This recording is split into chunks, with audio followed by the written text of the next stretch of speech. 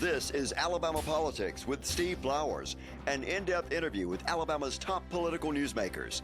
Now, from the studios of Troy University, here is Steve Flowers.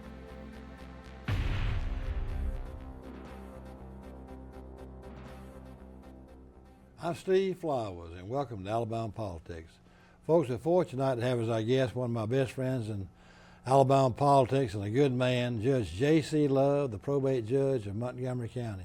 J.C., good to have you on the show. Well, thank you for having me on. I'm honored to always come on your show and be one of your guests. I would call you Judge. You don't mind me calling you. I'll interchange you, call you Judge and J.C. J.C. and I have been good friends for quite a few years now. Yes, we have. Yes, we have. Even though you're like my friend Steve Klaus from Ozark. Yeah, but you're a lot older than me. Steve Klaus and I grew up together. He's a representative of Ozark. Yes. And we grew up, our mamas were best friends. And I said, I've never not known Steve Klaus has been friends with little boys. He said, yeah, but you're 4.5 years older than me. But I'm two and a half decades older than you. You're not but 46 years old. Oh, you're correct. Yeah, I turned 46 back in December, so yes. J.C., when were you elected probate judge first time? Well, I got appointed by Governor Ivey back on November 15th of 2019, and then I just ran and got another 6 years. 20 years, that's right. This ran last year, yeah. 24, and got elected to a 6-year term. So I'm definitely grateful for the opportunity. That was your first time running then, wasn't it? Yes, it was. Yes, it was. In 2027. Well, you dog had a good race. You got, I tell people around the state, you got what, 97%? Well, yeah, 97%. Yeah, it was. We stayed up late in November trying to wait for the returns to come in. I tell people all the time, I say, y'all think y'all got a good race? I got a friend of mine, a probate judge in Montgomery County, got 97%. That's hard to do. Well, I mean, yes. you think growing up, you born and raised here, you think growing up you'd have made somebody mad over at Jeff Davis High School. Yes. Not spoken to him or something like that. Well, we really worked really hard to try to make improvements to the office and make our services more accessible. And I think the voters, appreciated that and turned out overwhelmingly in our favor. Speaking of that, since you brought that up, I want to talk to our viewers about how complicated and involved and how many hats you have to wear as probate judge. You have to be the chief election official. Yes. You have to be the deciding factor on who gets sent to mental health. Yes. You have to make sure the car tags are sold properly. Yes. There's another hat you wear, isn't it? Marriage and business licenses. That's right, marriage and business license. We also oversee the county archives. Oh my gosh. Now, where is it located? Our office is 101 South Lawrence Street. Uh-huh. And that's where we have the probate court, where we do the wills administrations, conservatorship, guardianships, the adoptions, the involuntary mental health commitments, and the condemnations. Now, where are they now? That's on the 3rd floor of 101 South Lawrence Street, where the county commission is located. But on the 2nd floor of that building, we have our marriage and business, and we have our automobile tag and driver's license operation. And in the basement, we have records and recording and archives. And then at 125 Washington Street, that's where we have the election center that handles all the elections for Montgomery County. And then we have 3 satellite locations for our tag and driver's license operation on Mobile Highway, McGee Road, and Atlanta Highway. Well, you got a lot of employees, don't you? Yeah, we have about 65 employees spread out between all 5 locations. Now, are they, they're in the same retirement system as state employees, aren't they? Yes, they're in the RSA retirement system. Does the county contribute the same amount of money and everything? Is it pretty much similar to the state workers? Yes. I'm surprised you ain't got more than 65.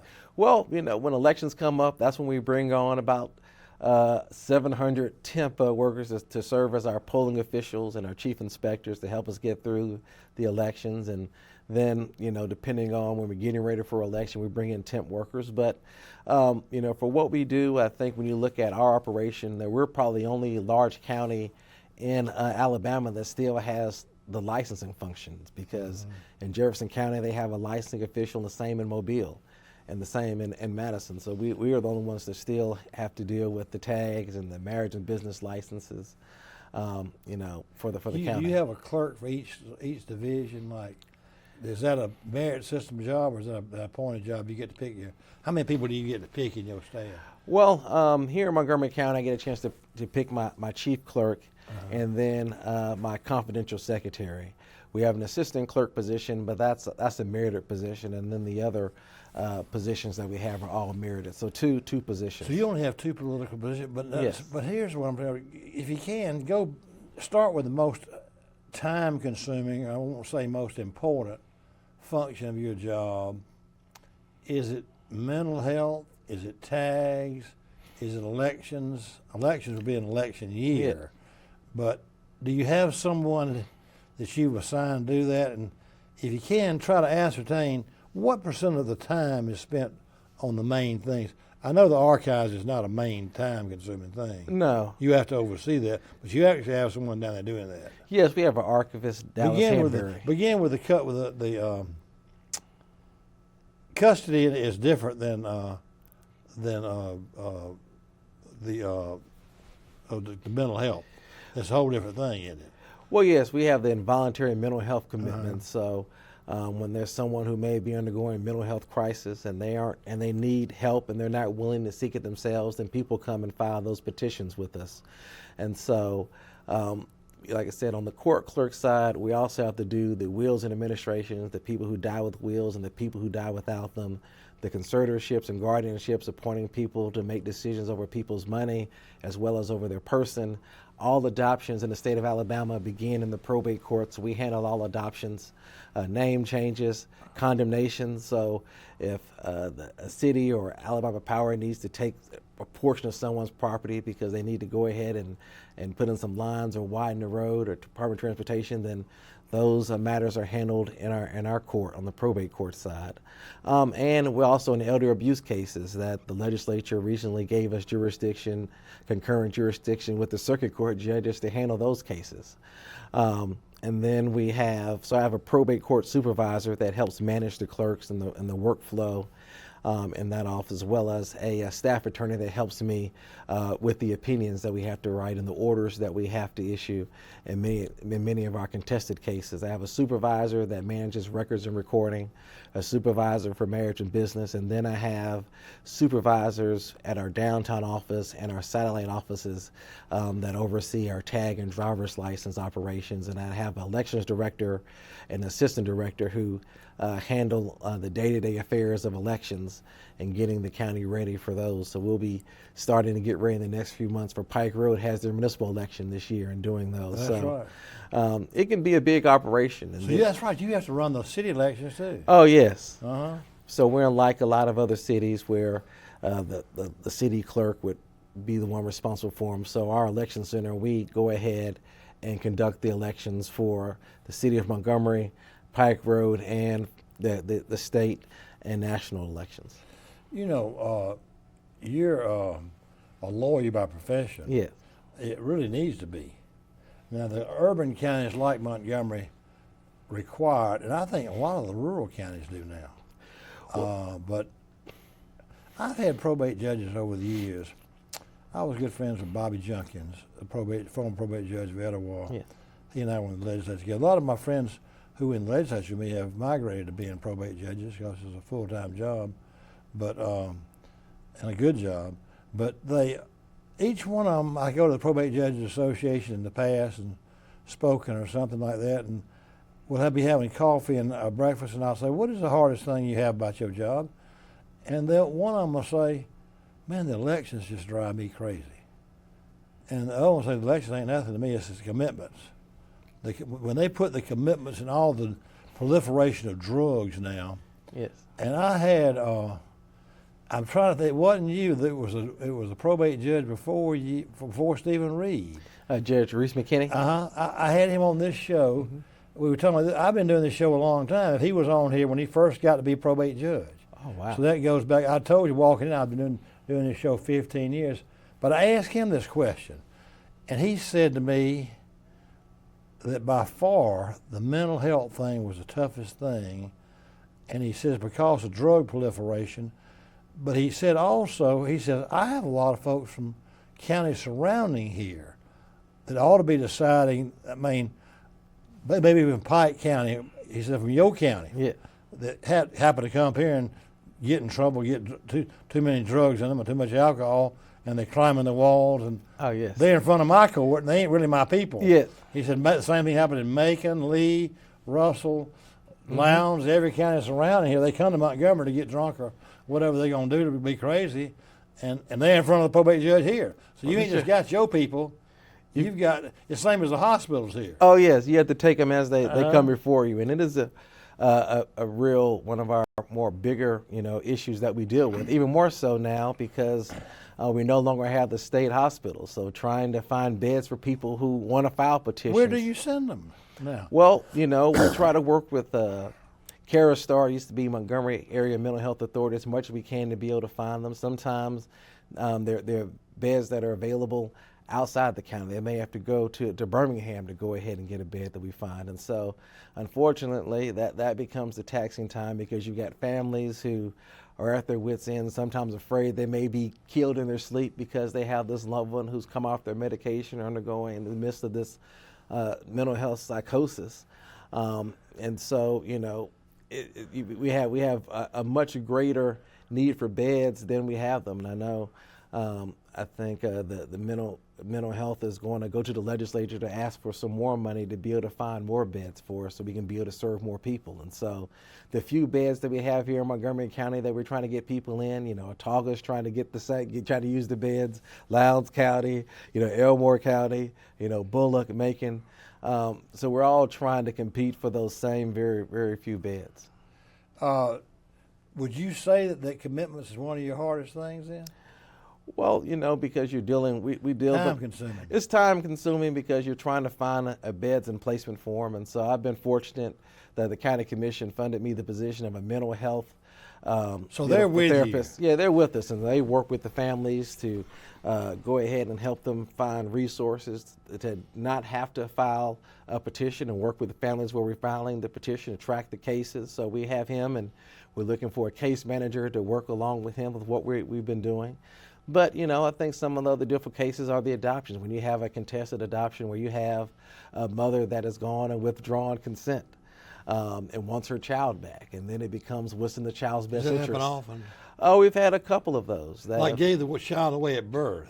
Gave the child away at birth, and she wants it back now. But then wanted the child back. There's an initial window period of time where the mother can get the child back without question, and once they pass that, then it comes to the court to make a determination about what's in the child's best interest. And here is much like the story in the Bible, the two women fighting over the baby and having to make the decision that you've got a family over here who wants this child in their home, who's loved this child, and then you have a mother that wants them back, and so you have to decide what's in that child's best interest, irregardless of money or resources, about what individual do you think can provide that child with a loving home. And so it's one of those situations where that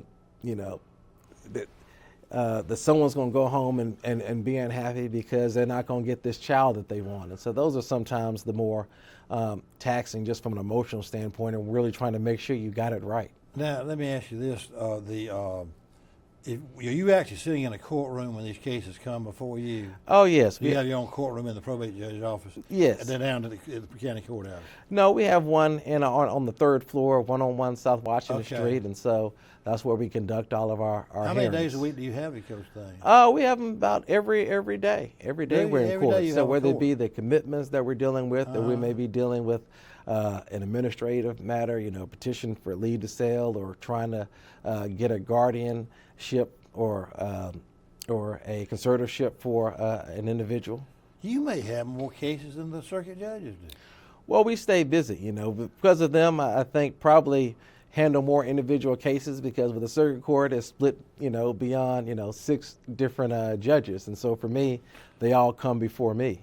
And we've seen a larger influx of cases because, as you touched on, back in 2022, voters here approved a constitutional amendment now requiring the probate judge to be a lawyer, giving us concurrent equity jurisdiction. Reese was not a lawyer. No, he wasn't. And so when I came to the court in 2019, I was the first lawyer to be probate judge since Judge Perry Hooper. And he was there from 65 to 74. So you're almost looking at 45 years before having that done. And so that allowed us to be on par with Jefferson and Mobile.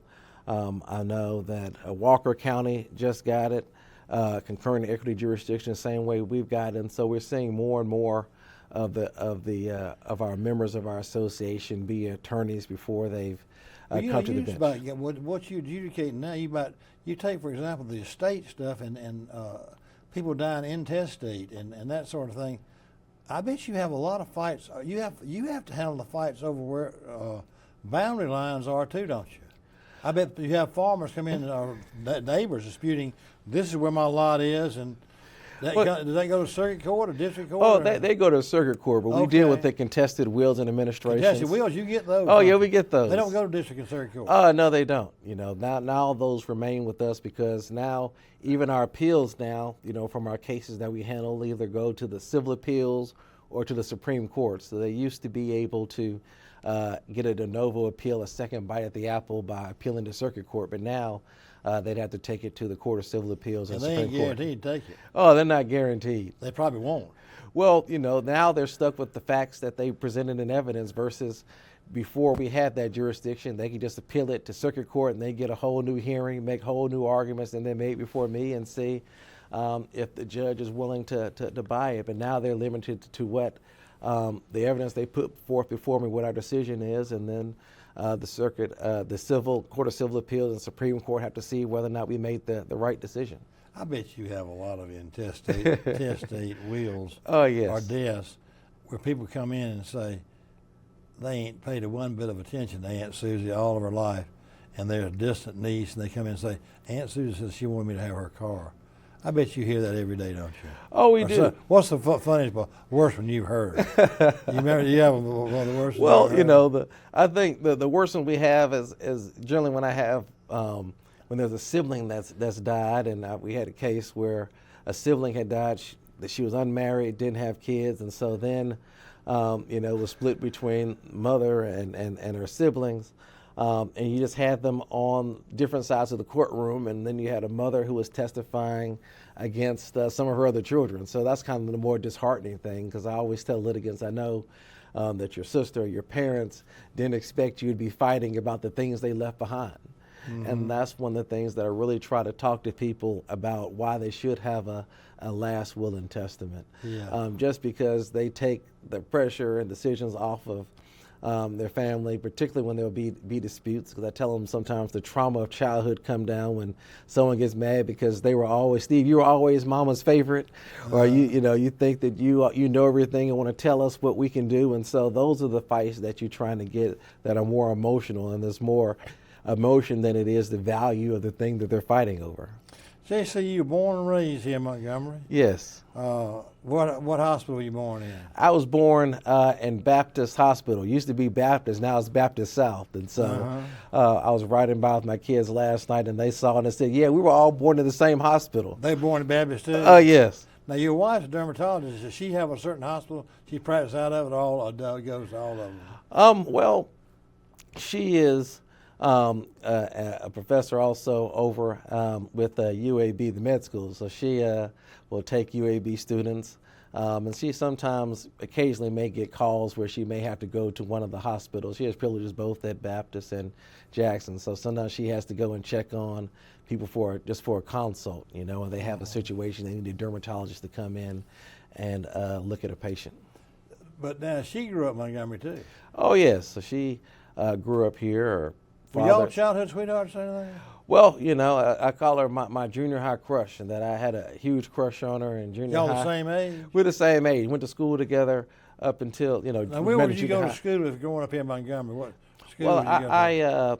I went to Brubaker, Baldwin, where we met, and then I graduated from Jeff Davis in '97. And she did too? Well, she went through the whole magnet track, so she went one of the first class of students to come through Forest Avenue, Baldwin, and she was limp.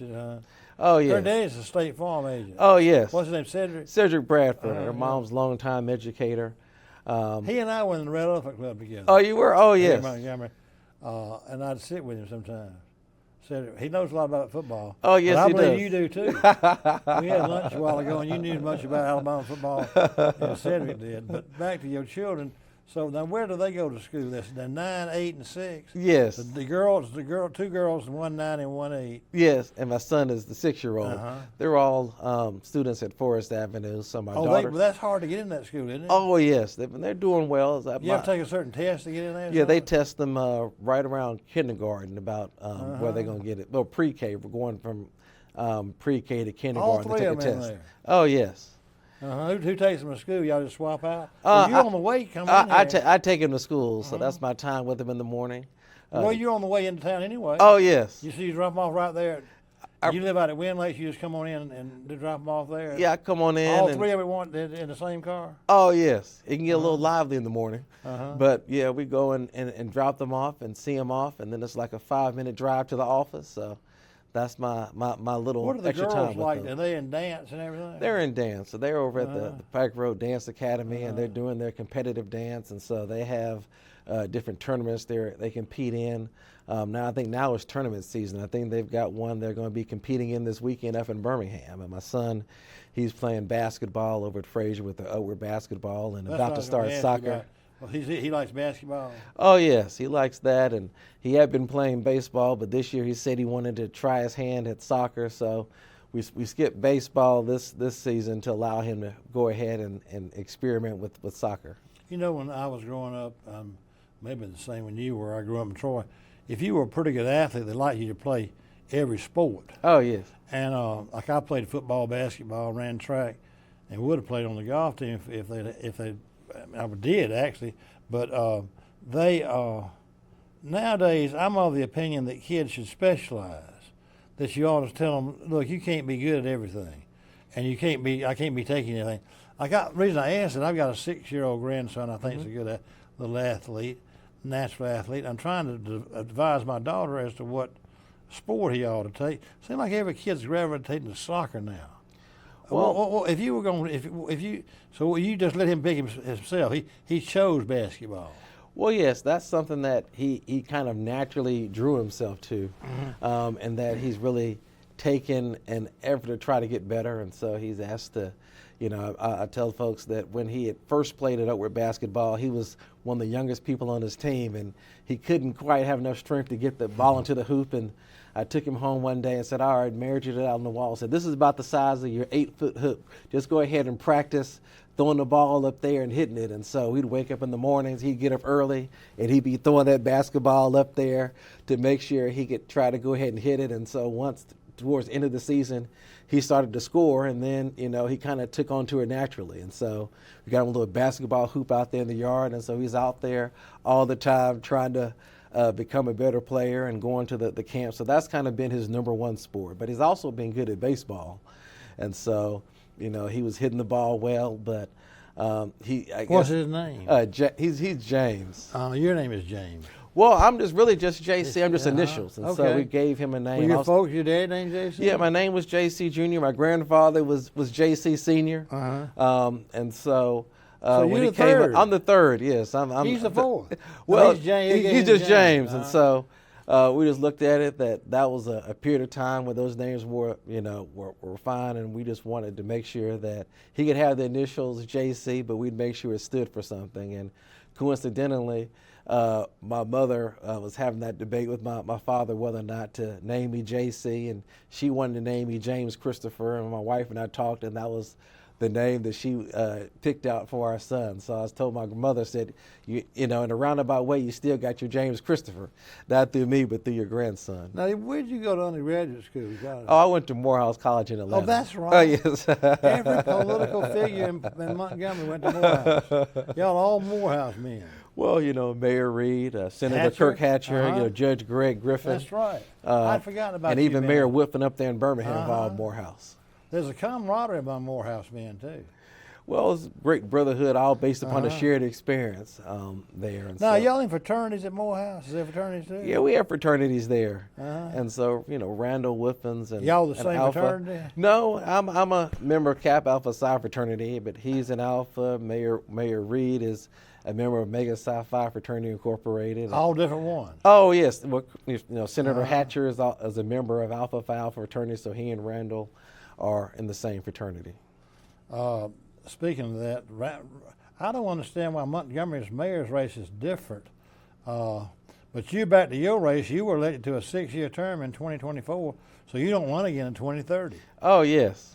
So, but I'm going to tell you one thing. Do you get to pick those, like if somebody runs your tag office in a certain locale, do you get to pick the superintendent even though they're on the merit system? Or Oh, yes. You get to pick those, don't you? Yes. So if somebody's not doing a good job, you can't just let them stay there. Well, you have to go through the progressive discipline policy on them, but when a position is open, then we have to go and open it up, for people to apply, and we'll go vet the application and choose the best candidate. Are those offices open on Saturdays or Monday through Friday? Monday through Friday. Well, where are they located now? Well, we have our west office is on McGee Road, right across from the public health building. We have our Atlanta Highway office that's right in the shopping center where the old Burlington Coat Factory used to be. We have our McGee Road location is right across from Lamp High School. Well, you don't have one out east, do you? Well, the one on Atlanta Highway is our east office, but we're going to have to relocate that office because Faulkner purchased the whole shopping center. And so we're in the process now of relocating that office and really looking at a location that allow us to kind of serve where east is moved, which is really more so on that Taylor Vaughn Road, and also be able to make it in close proximity to Pike Road, since that we also service them to make it easier. Because they got to come in there too. All the Pike, you need to get out. That's right. That place need to be moved. Well, yes, and we got your population. If you mean all the Pike Road, you ought to put an office out in Pike Road, which you ought to do. Well, we just got a request as we're looking at relocating this office, our east office, that Pike Road has now come in and said we want you all to consider putting services out here in Pike Road. That we're one of the fastest growing cities in the state, and so we want to make sure our residents have access to services. So that's what we're looking at as well, to service them. And so one thing we are working on now, hope to have, are going to be kiosks in the public grocery stores here that will be print on demands. They will print out your automobile tag renewal sticker, so you can go in while you're in Publix, pay for your sticker, renew your tag, and take that sticker and put it right on your car. Rather than having to go to the thing and get it. Yeah, so so that's something we're working with the county commission to be able to look at that, as well as that east office. So we'll probably be moving a bit further eastward, to try to do that. If not, also finding a location in Pike Road. Well, good. Well, Judge, our time's up. It goes by in a hurry, doesn't it? Well, time flies fast when you're having fun, so I always enjoy being on with you. We thank you for being with us. We thank our Judge J.C. Love for being with us tonight, and we thank you viewers for watching. Hope you tune again next week for Alabama Politics. Thank y'all.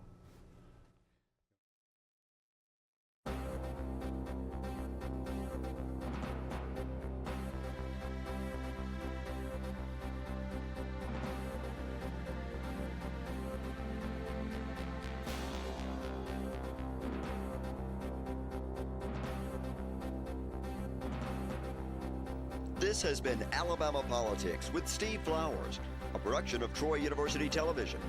Opinions expressed on this program are not necessarily those of Troy University, its administration, faculty, staff, or students.